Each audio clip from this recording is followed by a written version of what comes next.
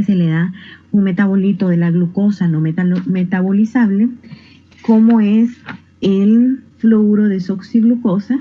Este se administra en el paciente vía intravenosa. Las células tumorales tienen mayor avidez por la glucosa.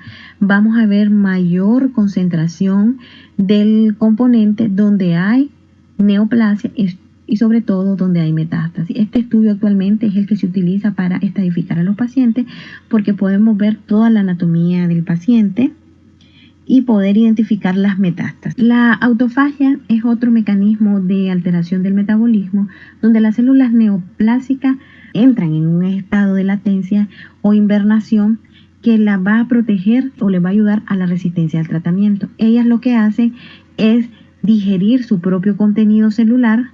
Es un mecanismo de supervivencia, sobre todo cuando hay falta de nutrientes, como podría ser posterior a la aplicación de algún tratamiento quimioterapéutico, y este tipo de canibalismo lo que le hace es que se conservan posterior a los tratamientos una cantidad mínima de células que es capaz de autorregenerarse posterior al que se cambien las condiciones hostiles del medio ambiente en el que se está. La evasión de la muerte celular programada o apoptosis se da principalmente por alteración de la vía intrínseca. Esta se activa por estrés, por radiación, por compuestos químicos o por daño del ADN. Está estrechamente relacionada con el P53 y se da a través de la activación de la vía del citocromo C a nivel de la mitocondria. La proteína antiapoptósica prototípica que más se ha estudiado es la familia del BCL2. En las neoplasias en donde hay una mutación como en los linfomas B foliculares, vemos que las células B, en este caso de estos linfomas, van a tener una vida inmortal, por así decirlo, dado que ellas evaden la muerte. Esto es a través de la vía intrínseca que se da en la mayoría de tumores.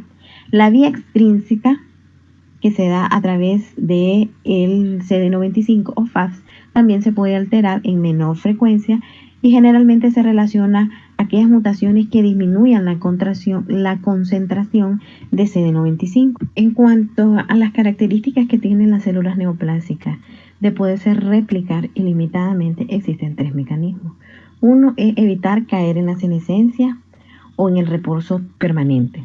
Otro es evitando la crisis mitótica con la reactivación de las telomerasas y su capacidad de autorrenovación. Las células tienen la capacidad de dividirse, de ser múltiples divisiones a lo largo de su vida útil, entre 50 a 70 divisiones. Después de ello, los extremos de los cromosomas, que se conocen como telómeros, se van a ir acortando.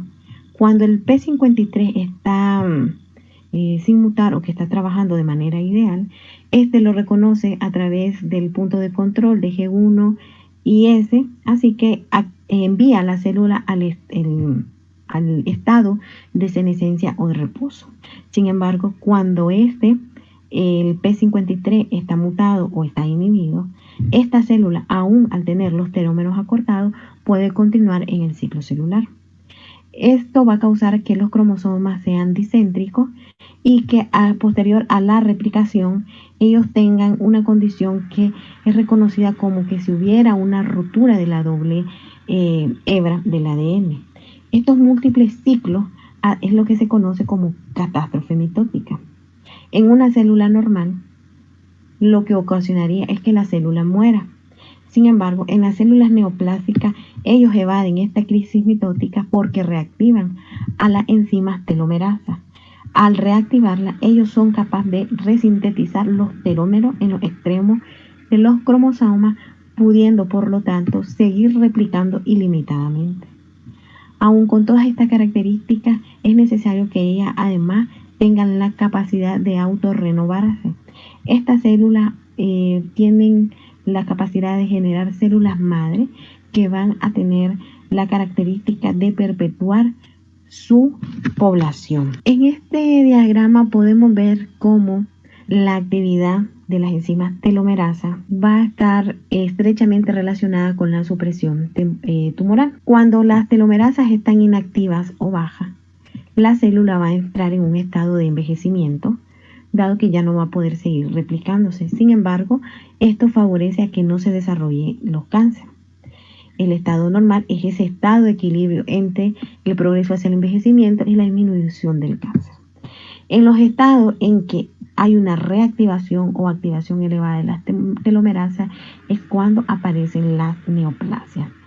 Disminuye la capacidad de introducir a esta célula neoplásica en un estado de reposo o senescencia o envejecimiento celular y favorece la carcinogénesis. La capacidad de estimulación en la formación de nuevos vasos o angiogenia es un proceso fundamental para mantener la viabilidad de un tumor, dado que a través de los vasos le van a llegar los nutrientes y ellos van a poder eliminar sus residuos, así como le va a dar una vía de acceso hacia la metástasis tumoral. La estimulación de los nuevos vasos se va a dar por factores de crecimiento que pueden producir las células endoteliales circundantes en un inicio, generalmente por estimulación en la hipoxia tisular que se da. Evasión de la matriz extracelular por las células neoplásicas, es decir, la forma en que las células tumorales llegan hacia los canales vasculares o los canales linfáticos se da por diferentes etapas. Inicialmente la célula tiene que separarse de su célula vecina, es decir, va a perder sus adhesiones celulares. Generalmente estas van a estar dadas por las proteínas escaderinas. Esta pérdida de adhesión con sus vecinas en una célula normal conlleva a la muerte celular. Sin embargo, en las células neoplásicas no hay ninguna traducción, ningún efecto. Posteriormente, la célula que ha adquirido la capacidad de poder desprenderse va a comenzar a metabolizar o a expresar proteínas que van a actuar como enzimas que van a degradar los componentes que se encuentran en la matriz extracelular. Tenemos las colagenasas tipo 4 que van a destruir el colágeno tipo 4. Tenemos la metalosproteinasa y la activación del plasminógeno. De esta forma ellas van a ir abriéndose paso y van a migrar siguiendo todos los factores de motilidad autocrinos que ellas mismas se estimulan, buscando las vías de diseminación linfáticas o vasculares. Hemos visto cómo las células invaden a través de la matriz celular. Posteriormente, ellas van a hacer un viaje a través del torrente sanguíneo. Ellas se van a adherir en el torrente sanguíneo a los linfocitos o a las plaquetas. Este es un mecanismo por el cual ellas van a evadir la respuesta inmune, es decir, que ellas las reconozcan como extrañas. Al ir adherida a una célula propia, le va a favorecer no ser destruida. Van a formar pequeños émbolos tumorales para luego irse a adherir a la membrana basal y hacer un depósito de célula neoplásica. El lugar donde van a drenarse o el lugar exacto donde el émbolo va a llegar va a depender del drenaje vascular y linfático de la zona del tumor primario, de la interacción que tengan los receptores de las células neoplásicas y del microentorno que tenga el órgano inicial donde se generó la neoplasia. En cuanto a la respuesta inmune en los tumores, una de las condiciones importantes para que la respuesta inmune pueda activarse es que se pueda reconocer que hay una célula tumoral. Es lo que se conoce como antígenos tumorales. En las condiciones normales, una célula propia expresa autoantígeno a través del complejo de histocompatibilidad que no va a producir una respuesta a nivel de los linfocitos T. Sin embargo, las células tumorales expresan diferentes tipos de antígenos tumorales, es decir, proteínas capaces de activar una respuesta inmune. Estos antígenos tumorales pueden ser productos del oncogen o del gen supresor mutado, una proteína propia de la célula mutada, una proteína que está expresada de forma aberrante o está sobreexpresada y partículas de los virus oncogénicos. Todo esto van a ser presentados a través del complejo mayor de histocompatibilidad celular hacia la célula CD8 o CD4 o los macrófagos, que son las otras que actúan en la inmunidad tumoral. Estas, al reconocerlo, van a activar la respuesta inmune y destruir la célula tumoral.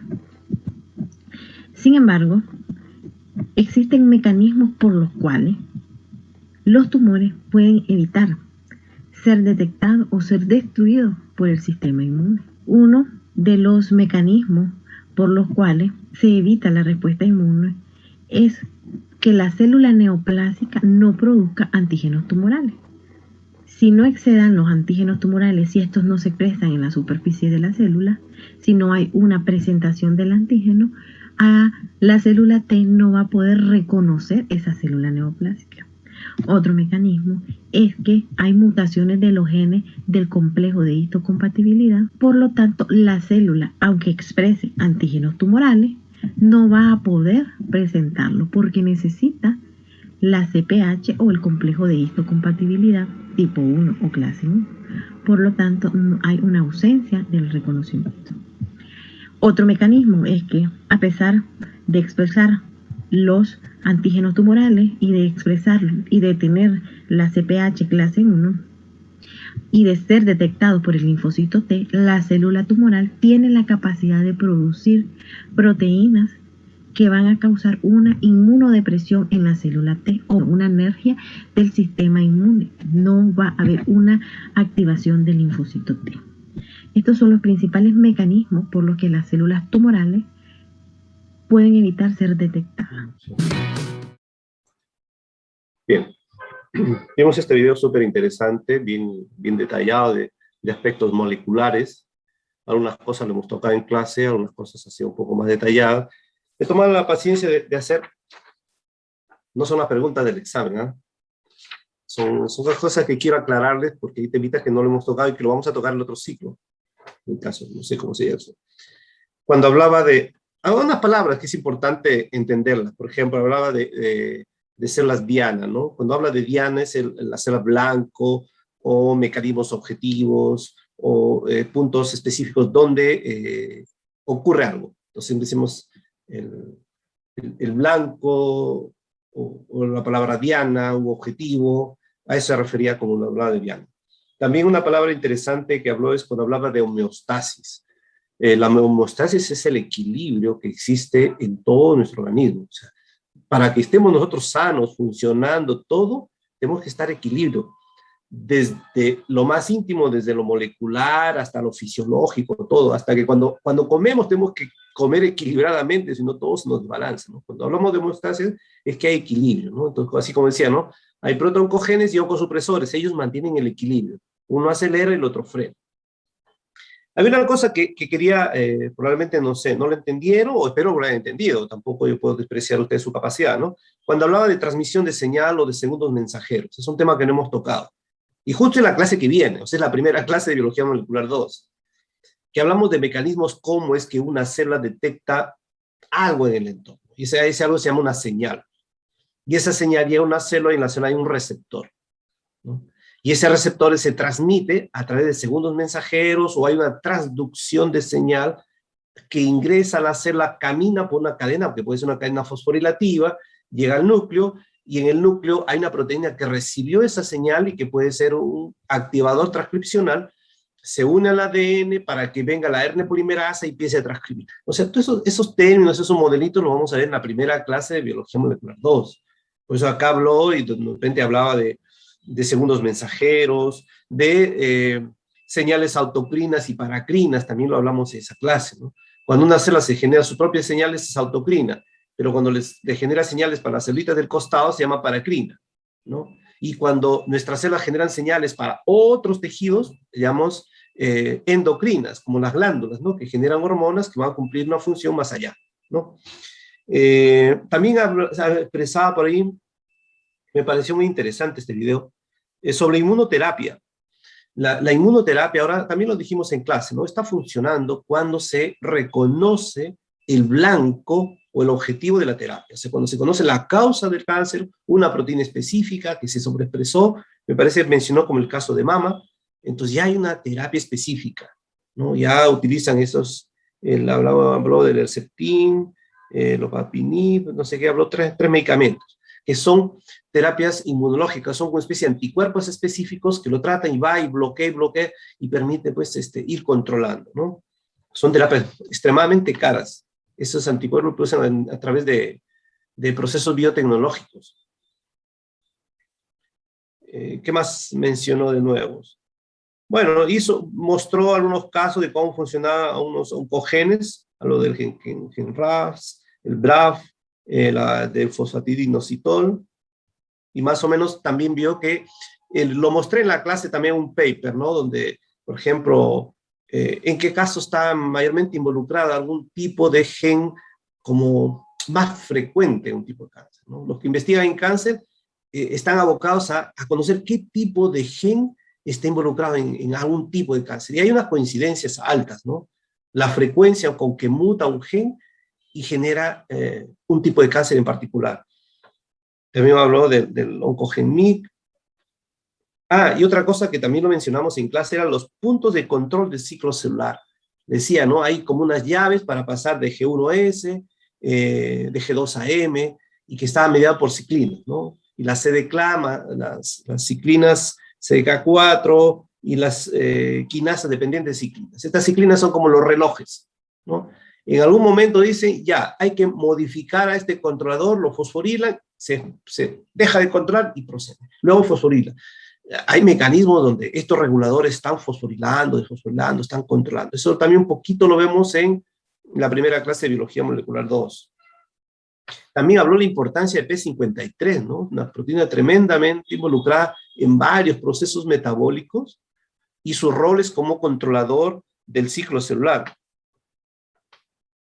Mencionó también un poquito el efecto de Warburg, ¿no? Relacionado con el desorden del metabolismo de la glucosa, como que estas células se vuelven ávidas por glucosa. Y esa característica se está aplicando en una técnica diagnóstica que se llama el PET scan. Ya lo están haciendo en el Perú. Cada prueba de PET scan está 5.000 o 6.000 soles. Entonces, si a uno le dicen, ándate, hazte un PET scan, ya tiene que buscarse sus 5.000 o 6.000 soles. Es cara esta prueba. Y esta prueba permite detectar por fluorescencia las ubicaciones de células ávidas de metabolismo, que son señaladas como posibles células cancerosas, o la ubicación de pequeños tumores, ¿no? Lo hacen para chequear de que se ha desatado una metástasis, o están sospechando de eso, ¿no? Para descartar, a veces hay un tratamiento, ¿no? Una quimioterapia, pasó, todo aparece bien, entonces le hacen un PET scan para chequear a ver si no se ha quedado algo por ahí. Y algo también que estaba relacionado ahí, es este tema de la autofagia, ¿no? La autofagia significa que se come sola. ¿Qué significa que se come sola? En que no ingiere nada de afuera la célula, se cierra y comienza a gastar lo que tiene adentro. Ese mecanismo de control le permite que tampoco ingrese los químicos que se utilizan en la quimioterapia. Y entonces dice, no, ya está bien, pasan los años y una celulita quedó por ahí, otra vez vuelve a multiplicarse. Y a veces ocurre esas situaciones. A veces un conocido, un familiar dice, otra vez le volvió, pero si ya estaba bien. Dice, no, justo una celulita que se escondió por este mecanismo de autofagia. También mencionaba la presencia de genes que expresan proteínas antiapoptóticas. Fíjese cómo es, ¿no? En estas situaciones de que cuando hay un daño severo y las células están encaminadas a morir porque se dañaron, hay mecanismos que están bloqueando eso, o sea, como a la mala. Siempre hay algo que está obstruyendo que todo siga su curso normal. Y eso producto del desequilibrio, o sea, normalmente esa proteína debe tener un control, debe ser un mecanismo para evitar que la célula muera también, o sea, pero en este caso, su trabajo lo hace, pero para mal. También hablamos algo de las proteasas, ¿no? ¿Por qué hacían las células metástasis, ¿no? Porque hay proteasas que se sobreexpresan y comienzan a corroer o invadir. Pero hoy también habló de otro tema interesante, la presencia de las caderinas, ¿no? Es decir, una célula no se siente bien junto con las otras células y se suelta, ¿no? Dice, yo quiero vivir sola. Hay algo que funciona ahí. Y se sueltan. O sea, del tejido tienden a soltarse. Y cuando tienden a soltarse, van y se van multiplicando en otro lado, y asimismo con la presencia de estas otras proteasas como las colagenasas, estas metaloproteinasas matriciales, y estos factores de motilidad autocrino, se pegan en otros tejidos y comienzan a meterse en otros tejidos. Y ahí comienza a desarrollar otros tumores. Ustedes vieron cómo era el tema de angiogénesis, ¿no? Es decir, el tumorcito estaba chiquito, como que no necesitaba mucho nutriente, pero a medida que va creciendo van necesitando vasos sanguíneos. Y esos vasos sanguíneos son la vía de ingreso de nutrientes y salida también de nuevas células a sitios secundarios. Y algo también interesante que se mencionó al final, eran los mecanismos de bloqueo de la respuesta inmune. O sea, cuando una célula o cualquier cuerpo extraño entra en el torrente circulatorio donde están nuestras células de defensa, rápidamente reconocen lo extraño de lo propio. Pero justo estas células tienen mecanismos para esconderse, ¿no? O se unen a otras células, u a otras partículas, otras moléculas, o las alteraciones, o tienen alteraciones que bloquean que estas proteínas digamos, extrañas que entran en contacto con linfocitos T no aparezcan en las superficies como si no existieran, o tuvieran tapaditas, todo por fuera normal y por dentro está mala cosa. Y eso hace que nuestro sistema inmunitario no responda frente a estas células que realmente ya se convirtieron en extrañas. Es un videito que nos permite entender un poco más los mecanismos moleculares. Hay otro videito que está en la hojita de práctica, lo voy a dejar como un material, pero que ustedes lo vean. Quiero ver cómo estaba acá. No sé cuánto tiempo tenemos 15 minutos. De repente lo vemos de una vez. Vamos a ver de una vez.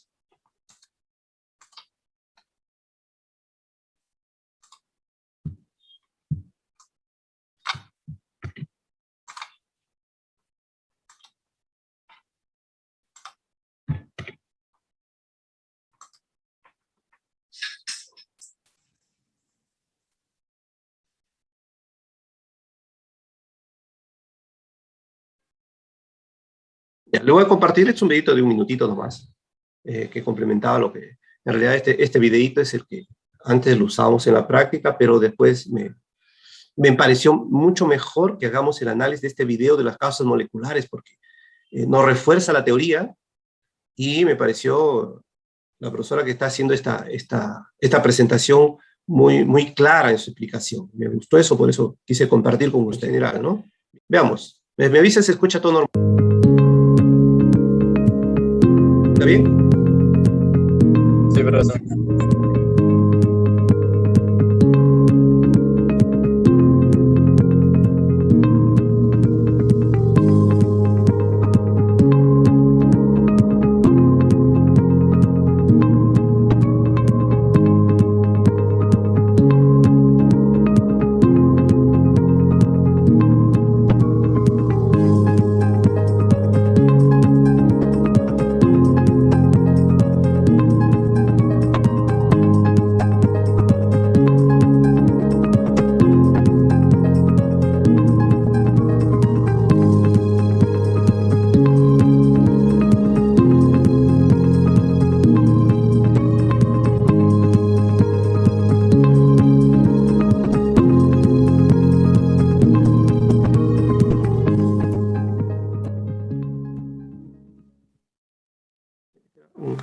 Un video muy chiquitito, muy simplecito, así que pueden buscar ustedes más información, al rato que voy a indagar.